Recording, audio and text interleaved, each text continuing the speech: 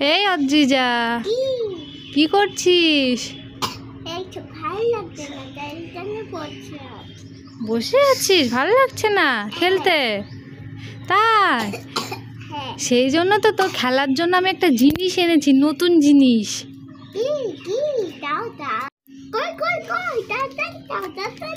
এই দেখ, একটা ক্লে।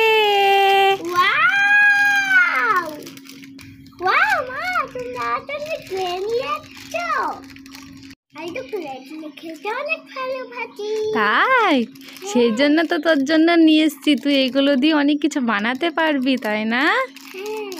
হ্যাঁ।